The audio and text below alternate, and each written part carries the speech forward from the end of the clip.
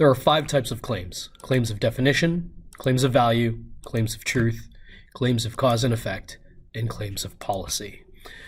Claims are statements that assert what reality should be or what it can be, right? We call these claims assertions. When claims are supported with reasons and evidence, then we have an argument. The first type of claim we're going to talk about is claims of definition. We define words, we define concepts, we define actions, and normally we define it by saying X is Y, or X is not Z, or X is like A. So we do it by stating what it is not, and what it is like. Now, the thing about definition is defining things makes things more specific and limited. So you're stipulating what things could mean, so it's a lot more clear what you're arguing for. So here are a couple examples. Love is understanding the complexity of a person and still wanting to care for and be near them. Here's another definition. Love is the ability to see the world through the eyes of another and to feel through the heart of another. Love is a chemical process that is instinctual and compels people to have children and take care of children. Or another definition, love is a myth. It does not exist. So claims of definition define what words, concepts, or actions mean. Another type of claim you can make is claims of value. Claims of value tell you what's good or bad, what's important, what's unimportant, or what's better or worse than.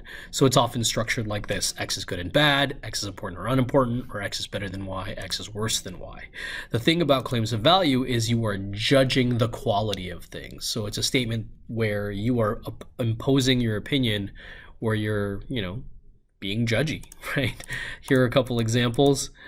Love is important in society because, love is bad because, love is better than hate because.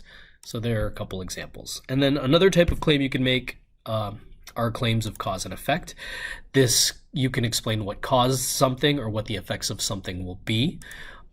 It's often structured like this: X will then cause Y, X, Y, and Z will lead to A, Y was caused by X, Y was caused by X, Y, and Z.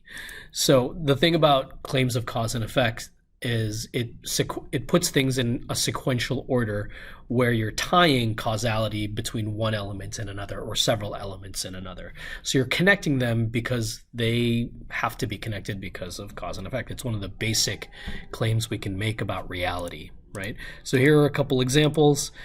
Eating unhealthy foods will make you fat. The unhealthy foods are the cause, the fatness is the effect. World War II was caused by poor economic times and the rise of fascist ideas. So those are 2 causes for one effect.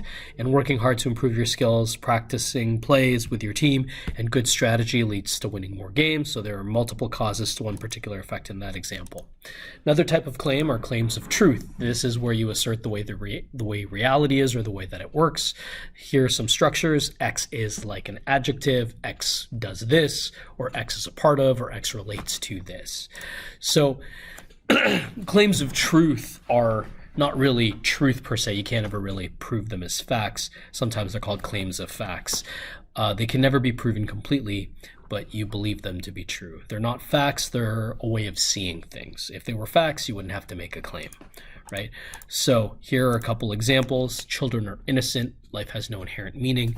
School provides one path to success. What you're doing is you're stating how things work in reality, and you're not necessarily proving it, and people don't necessarily have to believe those things, but you're asserting the truth of those statements. And then finally, probably one of the most important types of claims, these are claims of policy. These are future-based. They tell people what to do or how they should behave, right? They focus on the future. So we shouldn't tend to be the key words for identifying claims of policy. You should do this, you shouldn't do this, right? And it could be for individuals or for large groups of people. It's all about controlling behavior. When you say we should do this or we shouldn't do this, you're actually trying to make people do things in the future, and it's about control. So here are a couple examples. You should study for your tests. You should not lie. We should see a movie instead of going to the park. Those are claims of policy because they're claims about what we should do in the future. Now, a thing that you can do to make sure that you're not repeating yourself is to connect different types of claims to make fuller, more thought out, assertions. So for example, here's a claim of value. Since life is precious, we should eat healthy because it will let you live longer. So you'll notice there's 3 different types of claims here that are being combined together to make a better, more thought out, more descriptive assertion. And here's another example. Education is anything that gives you skill and knowledge, and skills and knowledge increase your chance of success in life. Therefore, education is one of the most important things in our society. So we're combining a definition claim, a truth claim, and a value claim to have a more well thought out description of reality or assertion of reality. And those are the types of claims. So combine claims to make more full thoughts and try to, use a variety of claims to avoid repeating yourself, okay? And it also justifies your vision of reality. All right, there you go.